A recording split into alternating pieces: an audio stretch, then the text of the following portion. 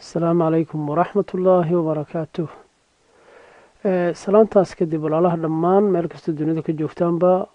waanu cabdiliif aadan waxaa idin leeyahay ciid mubaarak,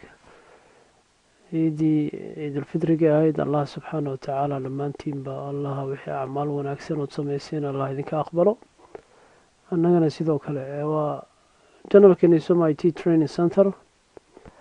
qaabka waxbarasho waddankana degana holland ayaan rabaa xoogaa inaan dadka u iftiimina oo aan ka hadalno. waddan kasta wuxuu leeyahay curriculum ama qaab la raaco oo education systemkiisa. marka sidaa daraaddeed marka annaga waddankana joogno oo lagu magacaabo holland wuu ka duwan yahay dabcan qaababka waxbarasho ee dadkeena leh. noocyada iskuullada ee ka jira waddanka netherland ayaan tilmaamaynaa. waxaa jira wax la dhahay basis school. basis schoolka wuxuu ka bilowdaa qurub ayn, inkastoo qofka waddankan sharciga jira wuxuu yahay ilmaha markuu jiro 4 sano waxaa la geeya waxa la dhahay crash waa meesha xanaanada ah ee ilmaha lagu haayo oo halkaas lagu sii baro sanadkaas inuu wax akhriska iyo sii barta iyo cayaarta iyo fadhiga galaaska la qabsada. marka waddanka sharciyan waxaa qasaba cunuga 5 sano markuu gaaro in iskuul aado. 5 year markuu jiro isfurblikhti waa in iskuul aado. waxa waaye qasab ayay ku noqonaysaa in iskuul taga. marka iskuulka tagayo marka baas school wax la dhahaa la geeyaa. iskooladoodana waxay u qaybsamaan 3 qaybood. dugsiyada hoose dhexe ama dugsiyada hoose waxaa loo yaqaano 3 ayay u qaybsamaan. kan koowaad waxaa lagu magacaabaa open bar school. waa iskool furan oo dadko dhan ka dhexeeya. xisooyinka diiniga lagamaba qaatay inta badan, allahuma christmaskii wax la mida inay sameeyaan mooyaane, iyo waxa ogaanay iyaga u gaara yiraahdaan sinti class ay ku magacaabaan oo 5 December ay qabtaan ayaa inta badan sida iyaga faynaqtimaan ma qaban badana ama keresman wax la dhahay isticmaalaan iyaga. marka iskoolada waxaan leeyahay waxay u qaybsamaa 3 qaybood. 3 qaybood waxay open bar iskoola katoliga oo dadka diinta katoligada aaminsan. tuulooyinka qaar u badan, magaalooyinka qaar gobolkaas limburg ku yaala ama brabant ku yaala ama gelderland ku yaala, gobolada aan sheegay states waay. 10 gooni waxaa jiraan uga hadlay waddanka holland iyo stateyadiisa iyo intuu qaybsamo. ujeedaday wax kale ma ahayn in qofka walaalka soomaaliyeed ee meel kale jooga ee u sahlanaata in si information sahlan uu ku helo waddanka netherland hadduusan dadka luqadaha akhriyaysan ahayn. dadkeena waxay iskaga badan yihiin dad inta badanba wax dhageysta. akhrisku waa nagu yaryahay. marka waana sidaa u badanna waxaan dhihi jirnay waddanka markaa joogno b b c da iyo daar raadiyaha b b c da. weli b b c da haddii hadda video laga dhigay voice america howlahaasaan daba soconaa weli hadda, inkastoo facebook live noo bedelay iyo youtube iyo xoogayna sida hore dhaanna u malaysan, laakiin waa jogjog meeshaada joog. marka iskoolada waxaan niri 3 u qaybinaa. kan saddexaad waa islamic school ama islamic school wax la dhaho. 3daas ayaa waddanka uu qofka xaq u leeyahay inuu caruurtiisa geysto. meeshaad degan tahay 10 kilomitr ka badan haddii aad ilmahaaga iskuul u aadayaan, waxaa ku qasban dowladda inay wasaaradda waxbarashada ay bas gooniya loo soo diro. haddii sababo mucayan jiraan, haddii iskoolka islaamiga magaalada ku yaalo magaalo kale ku yaalo, fandhino noocaasay bixin jireen. laakiin sanadahan dambe dowladaha dhaqaale xumaa iska timid inay joojiyeen waa laga yaabaa. wax badan lama socdo arrintaas dambe oo ilmo iskool iyo aaday ma jiro, laakiin intii ka horreysay wax badan baa la socda runtii xaqiiqatan. haddaa intaas uga soo gudbo basis school wuxuu ka kooban yahay galaaska koowaad oo ka bilowda qurub ayn ayay ku magacaabaan dad qurub 8. meesha ugu muhiimsan waa cajaladeeda hore ku sheegay. ilmahaaga markuu qurub 4 fadhiyo galaaska 4 year 4 markuu ku jiro, waxaa laga rabaa inaad xisaabta luqadda dajka aad ka dhista caruurtaada oo macallin u qabata oo basical ka gudbisa last 4 yearska soo socda oo cunugaada dhaafay si uusan u helo waxbarasho tayo leh ama uu u aado dugsi sare.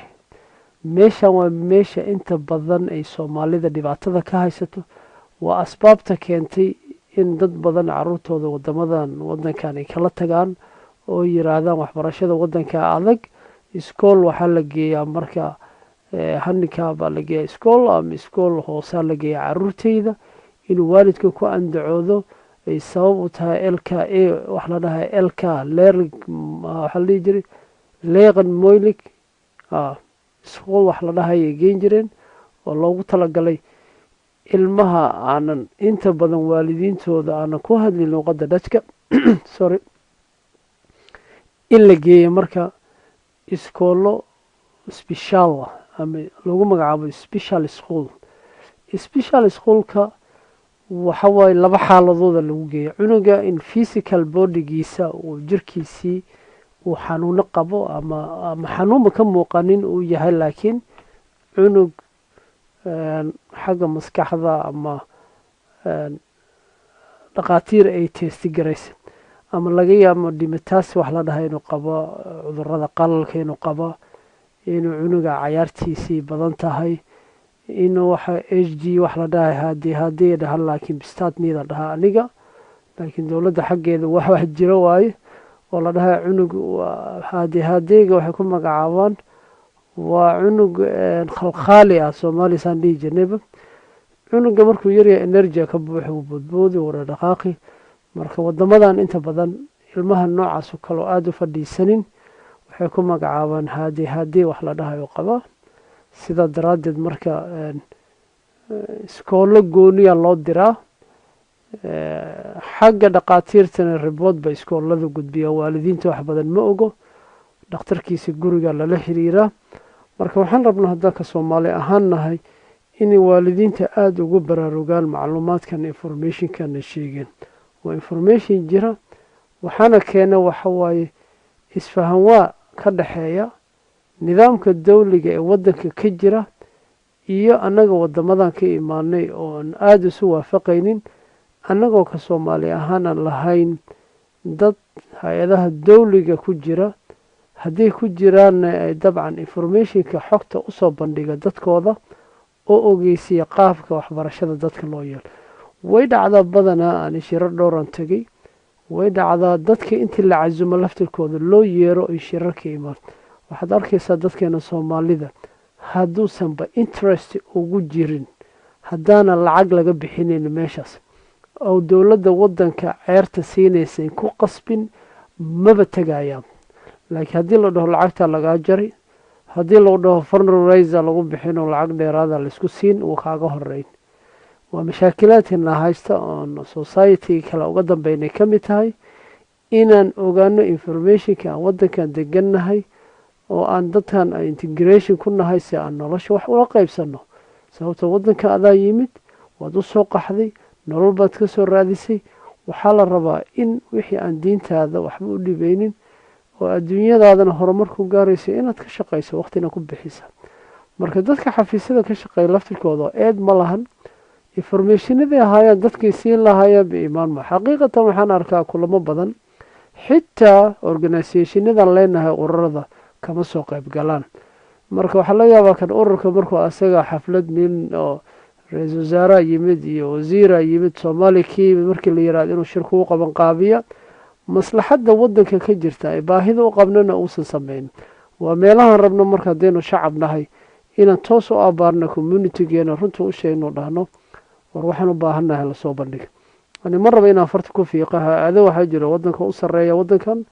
oo hay-adaha ururada ku magacaabo kolley iyagaa laga raba ajendayaashaas inay bisleeyaan. laakiin markii wadanka masiibooyin ku dhacda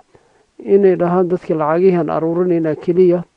oo dadkii lacagaha laga qaada way fiican tahay dadka dhibaataysan in la taageera, laakiin wax badanaa u baahan in la saxo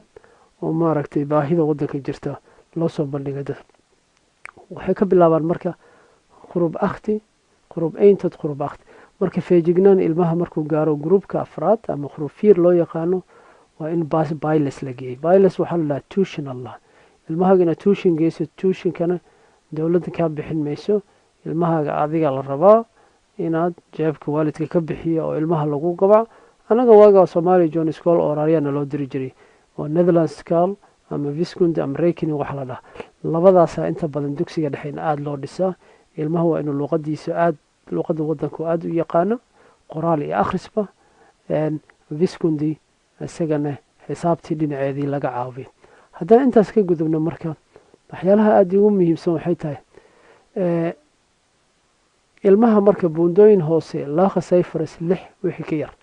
6 wixii ka yar hadduu helo cunugii waxaa la isku dayaa in iskoolo kale lagu riixo iskoolo kale oo aad u hooseeya cunuga la geeya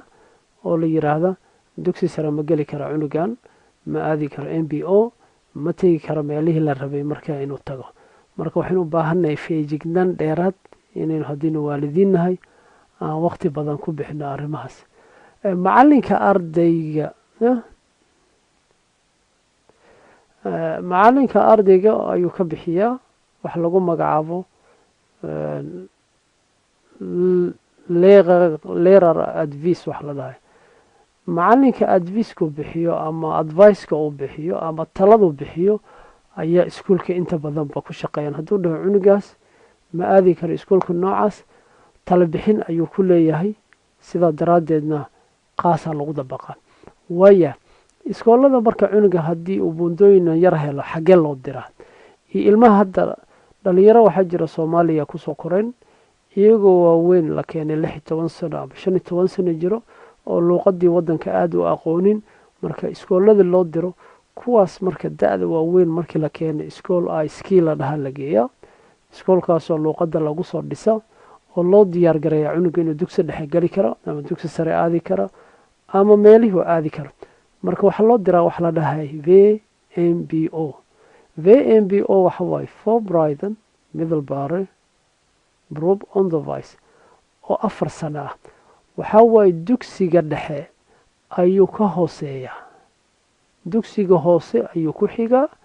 waa buundo la suubiyo ama bridge ama brook la dhahay loo sameeyay cunuga inuu ku gaaro dugsi dhexe waa 4 sano oo ilmahaagii waqti looga dhuminayo aniga saa u arko haddaad marka hore gruubka afraad markuu ku jiro la dadaali weyso ilmahaaga iskuulku aado kaasuu u badaya haddaad si fiican u jeegaraysay haddaad waalidta marka saas ku leeyahay maaha ilmahaaga inaan la rabo inuu meeshaas aado laakiin adiga ama waalid ahaan ayaa ka seexday hooshiisii oo laga rabay waqti hore inaad hurdada ka soo kacdo MB4 waxaa loo magacaabaa MBO fi yar waa Middelbroep Onderwijs cunugaada hadduu dugsi dhexe ka baxo dugsi hoose 8 sano waxay ahayd MBO inuu aado ama uu aado maafi iyo haafrikhtin inuu aado labadaas miday ahayd labadaas dhinac Allah hadaa labada qaybood qeexo kuwan MBO-yada u dambeeyaan BO-da u dambeyso waxa waay dugsi loogu talagalay wadanka Dashka waxay isticmaalaan laba wado inaad dugsi dhexe hoose aado sida Soomaaliya toos u marto ilaa dugsi sare ilaa jaamacad iyo inaad marto dugsi hoose oo ku xigo dugsi dhexe oo farsamo gacan ah dugsi sare oo farsamo gacan marka kuwii farsamada gacanta waxa hadda ka hadlaya happy oo asagana oo fiyaara qaadanayo waa 4 sano oo hoog Beroep Onderwijs dugsi sare ah oo farsamada gacanta ah oo markii loo qiimeeyo wadanka Ingiriiska wuxuu dhigmaa ardaygii jaamacadda 2 years dhigta oo bachelor degree haysta ayuu 4 sano markuu dhameysto ayuu la level yahay mustawaha waxbarashada markii la fiiriyaan ka hadlay ka bacdina cunugii inuu aado university jaamacaddu doortay ku xiran tahay mid 4 sano mid 5 sano mararka qaar takhasuska 5 sano gaaro waxay ku xiran tahay faculty-gu qaato ayay ku xiran tahay markaas haddii marka intaas aa ogaatay waxaan rabaa marka inaan noocyada kale aan taabto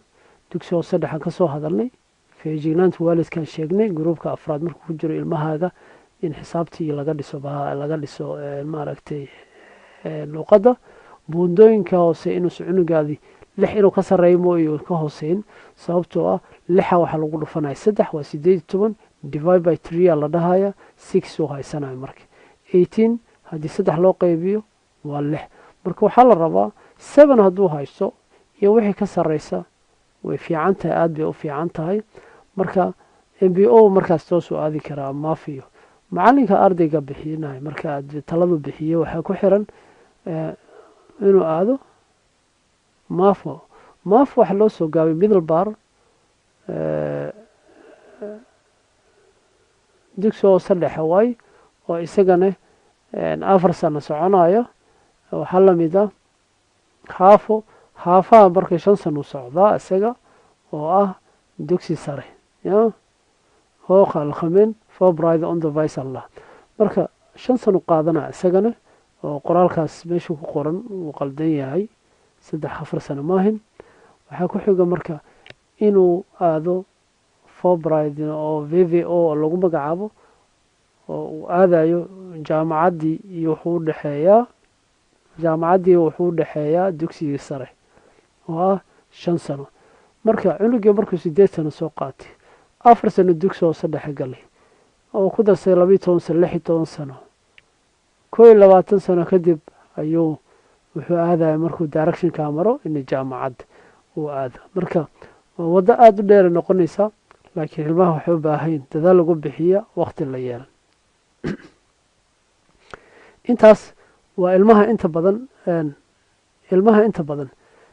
noocyada iskuulada marka inta waxaan ka sameeyey xisaayaadka marka waxaad arkaysaa qaabka ay kala noqonayaan iyo buundooyinka ay kala helayaan markaan usoo noqono talada aan siin lahay waalidiinta arrintan waa muhiim waay ka warqabka riboorka iskuulka walaalaha hooyooyinka inta badan caruurta hooyaa haysa ama aabihiina shaqo jira laga yaaba waddankan waa shaqeeyaan marka waxaan dhihi lahay aabihi hooyo isku daya inaad ribor eveningka aad wada sitaan ama report avant ilmahaaga inaad tagto habeenkaas ogow ood ka warqabto talada koowaad aan ku siinaa waa tidaas tag report avant wax lagu magacaabayo an parent evening waxay english ku magacaabaan tag oo ka warqab waa loo baahis qodobka saddexaad kaxayso qof luuqadda yaqaana ama tus riboorka caruurtaada si loogu qeexo halka uu marayo caruurtaada mustaweeda qof lagu kalsoon yahay qof luuqadiina fahmayo oo ku dhaamo kaxayso weliga ha kaxaysanin ilmaha aad adiga dhashay oo ah ilmaha yar aad rabto riboorkiisa inaad ogaato sababtoo ah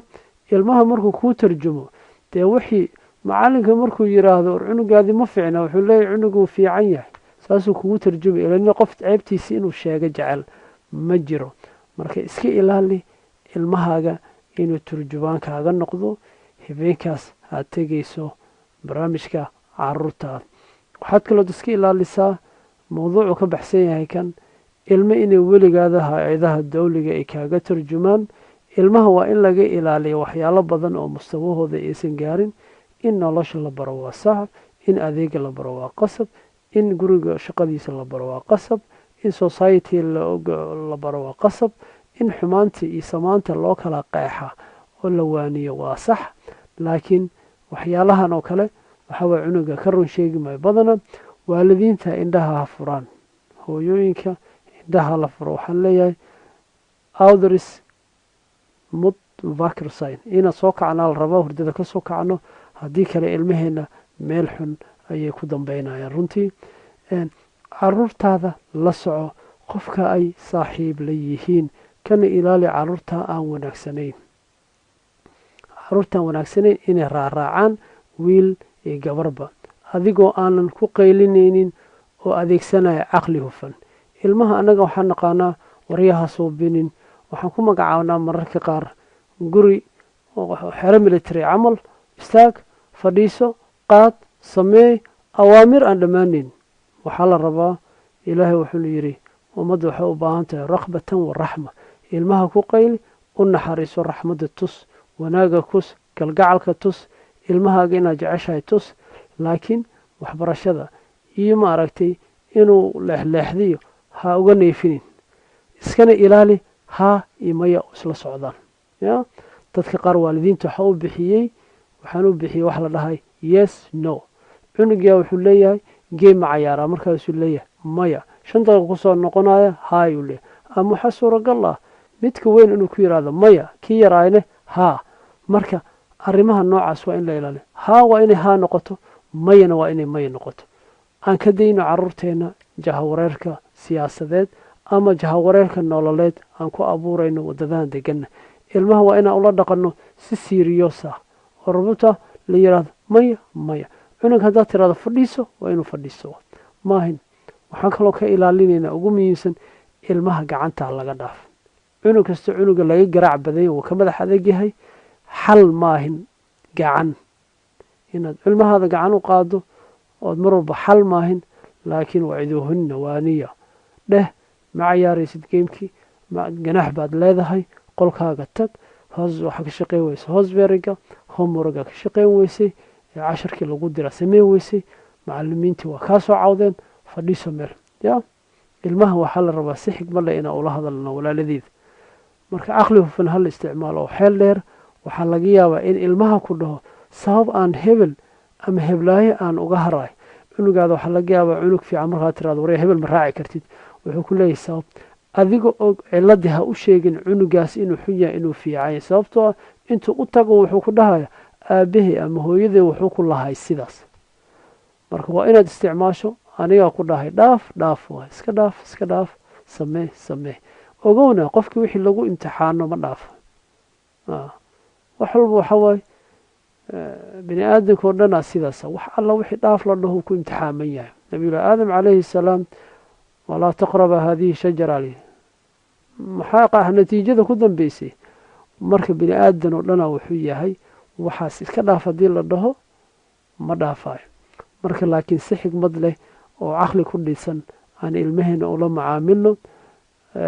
wax badan qaylada lagu qaylina waqti munaasib ha lagu qayliyo hala canaanto. wax walba waa waqtigeeda munaasibka inay noqoyaan. sababtoo annaga xaqiiqatan dadkeeno dhan waxa isleeda waaba agressiif waaba sakay ka saaran tahay. wax yaraa weydiinaysaa canaanta mararka qaar waxaad leedahay waagii yaraay maa la soo garaaci jiro ka aarsanayo caruurta waalidka xaaladiisa maxaa ka qaldan. wax badanaa naga qaldan. war intaan muraayad isu qaadana fiirino waalidiin waxaa jira iyaga sabab u noqdeen caruurtooda laga qaata. sababtoo ilmihii wuxuu sameynaya subaxii iskool u socdo isniintii u garaaci cunugii markii la garaacay iskuulka soo careysan u tegay. markuu tegay natiijada ka dhalata waxaa macalinka wuxuu ku yiri maxaa kugu dhacay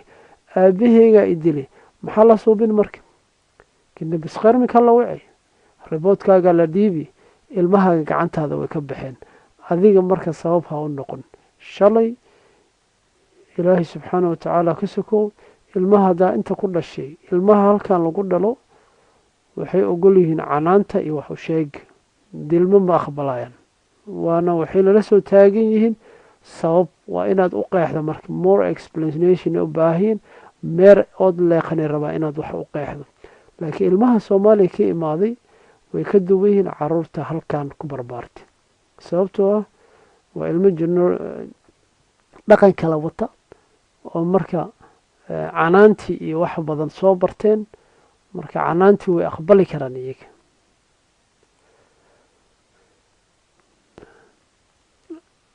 qodobkan kusoo gabagabeynaya jadwal u sameeya caruurtaada. tusaale ilmahaaga roster ha lahaadaan. rosterkaas muxuu yahay maalinta isniinta waxaa tirahdaa uufna xisaaba leedahay 18 laga bilaabo ilaa 19 ama waxaa laga yaabaa 4 inuu ka yimid 4 raashinkii saac cuno salaadihiisa ha tukado 5 markii la gaaro kitaabka soo qaadee halkoo saac ama nus saac oo casharka qur-aanka laga rabo ha akhriyo kadibna ha bilaabo casharkan kadib 7 wixii ka dambeeyso ilmaha waxay leeyihiin wax la dhahay yoga journal idaacad yar oo TV-ga ka soo gasha hadduu fiirsadaba riboodka marka caruurta iskoolada iyo newska iyo looga hadlo qayb xun maahay wax xun lagama soo daayo. haddii markaas 2 saac seexanayo nus saacahaas iska daawado ha fiiriyo. TV-ga waa in la control maahay maanta oo dhan kartoonka inuu daarnaada maanta oo dhan in lagu sii daaya markuu iskuulka ka imaado isaga inuu ismaamulo. guriga waa inuu leeyahay nidaam iyo kala dambeyn. TV-ga amar asoona waalidka ka haysan waa inuu caruurtaada daarin. intuu yar yahay waa inaad ku abaabiso. waa inaad alaabtaad meesha saartay sideeda u saarayin. markuu yimaado waa inaad kaba halkaas dhigtiraahdo jaakadkaa halkaan saar musqusha gal soo weysiiso cuntadiisa cuno kadib salaadiisa tukada nasta iskuulkii maxaa lagu soo sameeyey. ilmaha waa in la wareysto waa waa in la wareysto maxaa samaysay haye maxaa la yeelay ilmahaaga waa inaad ka ogtahay riboodkiisa waa inaada ka mashquulin hooyooyinkana waxaa kula talinaya saacaddii carruurta soo galayaan drop down telefonka dhulka dhig qof kale heblaayo kale sheekadeeda dhulka dhig combyuutar dhulka dhig ilmahaaga 4 iyo 3 waqti guriga kasoo galayo stanby waxaad u ahaataa inaad carruurtaada markay guriga soo galaan aad waqtiga u horeysa xaaladooda ka warqabta inuu buwaagtiisa wato boorsooyinkiisa wata inuu wax soo iloobay waa in check-in lagu sameeyo wixii qalab u watay intaas waa iga tale iyo waana marka maalinta talaadada dugsiga kasoo qaata intaas jimcaha dabaaluu leeyahay ilmaha waa in loo sameeyo roster ama timetable noloshooda ah maalintuu banooni cayaaray maalintuu sport aaray maalintuu activity sameynay maalintuu waxbarashadiisa haddii ilmaha saas loo qaabeeya oo gurigana nidaam loo sameeya ilmo adiga ku maqla oo dadka kale markay la kulmaanna dhaha maasha allah ilmahan asluubta leh aadaabta leh ay dadkii kalena jeclaadaan haddii kale waxaa soo baxaya cunug asigoo orday ku soo galaya si adag kursiga ku fadhiya madaxaada korkiisa ka booda ummadii kalena iskuullada markii la geeyo lagu dhibtooda ilmaha markay saas u dhibadayeen macallimiinta iskoolka ribooday ka gudbinaya riboodkiina waxaa waaye waxay noqonaysaa ilmahaada khidraaqiisa ama behaviorkiisa in lagu eedeeyo inuu cunugan dabeecad xudan yahay inuusan waxba maqlayn inuu waxba dhegaysanayn adigaa sabab waa guriga markaba ku tarbiyeysid guriga nidaam uma samayni cunuga adaa ku barbaariyay fawdada khaasatan hooyooyinka waxaan aada ula hadlayaa ilmaha in nidaamka iyo discibliintii kala beenta la baro ilmahana lagu adkaado ilmaha waan jecelnaha waa sax waa carruurteeni laakiin waxaan u baahannahay in ilmahan mustaqbalkooda ka fikirno oo aan maanta keliya aan fiirin intaas marka waa qaabka waxbarasho ee waddankan Holland barnaamijkeennii halkaasuu ku egyahay wixii aan intaas ka soo aruuriyon aan waafaqayna ajarkeeda rabbilcaalamiin ayaan weydiisanaya anigoo marka waxaan jecelahay walaaladeeda wixii waana iyo talo inaan sidaas ugu soo bandhigno allana waxaan ka rajayn dhammaanteenaba inuu maaragtay danaha leenahay ujeedooyinkaan leenahay ilaahay hadafkeena na gaarsiiyo waxaa idinkaga tegay ammaano allah